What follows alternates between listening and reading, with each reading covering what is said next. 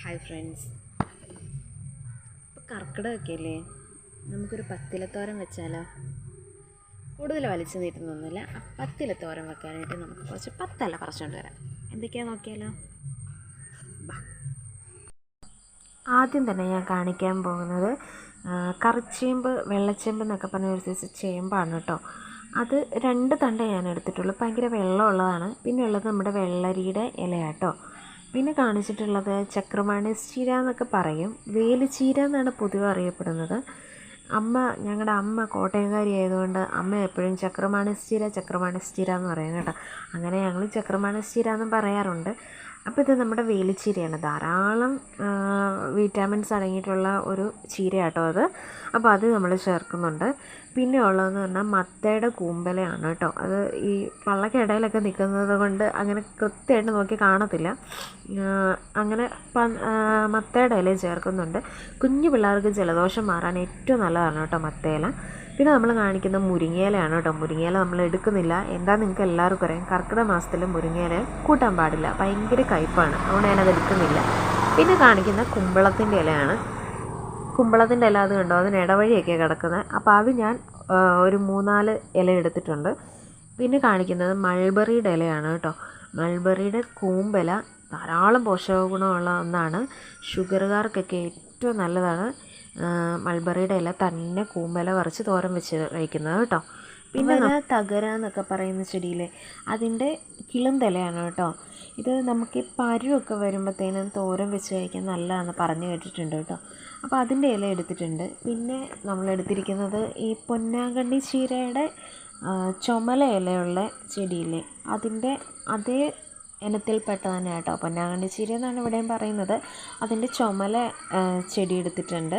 അതിൻ്റെ പച്ച ഇല എടുത്തിട്ടുണ്ട് കേട്ടോ. അതിൻ്റെ പച്ച ഇല പറിക്കാൻ പോയപ്പോൾ അവിടെ നിറച്ച് പള്ളയായിരുന്നു കേട്ടോ. അപ്പോൾ എനിക്ക് പറിക്കാൻ പേടിയായതുകൊണ്ട് നമ്മുടെ വീടിന് തൊട്ടടുത്തുള്ള ഒരു അയൽവാസി തന്നെയാണ്, സജി എന്ന് പറയുന്ന ഒരു മാമനാണ് കേട്ടോ. ആ മാമൻ എനിക്ക് കുറേ പറിച്ച് തന്നു. അപ്പം അതും ഞാൻ പറിച്ചു. പിന്നെ നമ്മുടെ വീടിൻ്റെ വാതിക്കയിൽ താഴത്തോട്ട് കുറേ തഴുതാമ അച്ച വെച്ച് പിടിപ്പിച്ചിട്ടുണ്ടായിരുന്നു. ഷുഗറിനൊക്കെ ധാരാളം നല്ലതാണ്. ഉറക്കമില്ലായ്മയ്ക്കും രക്തസംബന്ധമായിട്ട് ഹൃദ്രോഗങ്ങൾക്കൊക്കെ ധാരാളം നല്ല. അപ്പോൾ അത് വെച്ച് പിടിപ്പിച്ചിട്ടുണ്ടായിരുന്നു.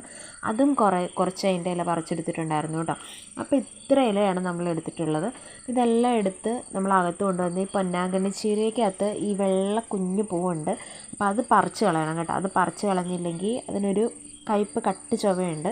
അപ്പോൾ അതെല്ലാം പറിച്ച ഇലയൊക്കെ വൃത്തിയാക്കി കഴിഞ്ഞ് ഇച്ചിരി വെള്ളം എടുത്തിട്ട് അതിനകത്ത് ഞാൻ മഞ്ഞൾപ്പൊടി ഉപ്പും ഇട്ടിട്ട് ഈ ഇലയെല്ലാം ഒന്ന് മുക്കി വെക്കുന്നുണ്ട്. വേറെ ഒന്നുമല്ല, നമ്മുടെ തൊടിയിലൊക്കെ നിൽക്കുന്നതാണ്. എന്നാലും എന്തെങ്കിലും വിഷാംശം ഉണ്ടെങ്കിൽ പൊയ്ക്കോട്ടെ എന്ന് ഓർത്ത് ഞാൻ കുറച്ച് നേരം ഒരു 10 മിനിറ്റ് പച്ചവെള്ളത്തിനകത്ത് മഞ്ഞളും ഉപ്പും കൂടി ഇട്ട് മുക്കിപ്പൊക്കി വെച്ചു കേട്ടോ.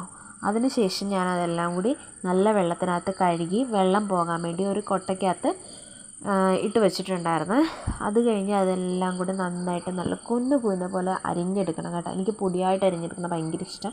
അതെല്ലാം കൂടി അരിഞ്ഞ് പച്ചമുളകും ചെറിയുള്ളിയും കറിവേപ്പിലയും മഞ്ഞൾപ്പൊടിയും മുളക് പൊടിയും ഉപ്പും തേങ്ങയും കൂടി നല്ലപോലെ തിരുകിയിട്ട് കടുക് പൊട്ടിച്ചിട്ട് അതിനകത്തോട്ടിട്ട് ആവിയിൽ പൊത്തി വെച്ച് വേവിച്ചെടുക്കണം കേട്ടോ. അതായത് മൂടി വെച്ച് വേവിച്ചെടുക്കണം, തുറന്ന് വെക്കരുത്. തുറന്ന് വെച്ച് കഴിഞ്ഞാൽ അതിൻ്റെ പോഷകങ്ങളെല്ലാം, അതിൻ്റെ ഗുണങ്ങളെല്ലാം ആവിയിൽ പുറത്തോട്ട് പോവില്ലേ. അതുകൊണ്ട് ശകലം പോലും വെള്ളം ഒഴിക്കണ്ട. ധാരാളം വെള്ളമുണ്ട് എല്ലാ ഇലയിലും. അതുകൊണ്ട് വെള്ളം ഒരു ഇത്തിരി പോലും ഒഴിക്കണ്ട. വെള്ളം ഒഴിക്കാതെ നല്ലപോലെ ഇളക്കി ഈ സമയത്ത് ഉപ്പിട്ട് നല്ലപോലെ ഇളക്കിയിട്ട് മൂടി വെച്ച് ആവിയിൽ വേവിച്ചെടുക്കുക കേട്ടോ. അത് കഴിഞ്ഞ് നല്ലപോലെ ഒന്ന് തോർത്തി, ഒത്തിരി വേവിക്കാൻ നിൽക്കണ്ട, കാരണം പച്ചിലയിലെ പോഷകങ്ങൾ മുഴുവൻ പോകും.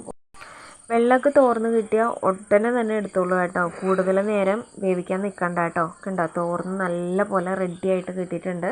അപ്പോൾ തന്നെ ഞാൻ ഓഫ് ചെയ്തു കേട്ടോ. അപ്പോൾ നമ്മുടെ തോരനിവിടെ റെഡി ആയിട്ടുണ്ട്. ഈ വീഡിയോ നിങ്ങൾക്ക് ഇഷ്ടമെങ്കിൽ ലൈക്ക് ചെയ്യുക, ഷെയർ ചെയ്യുക, സബ്സ്ക്രൈബ് ചെയ്യുക.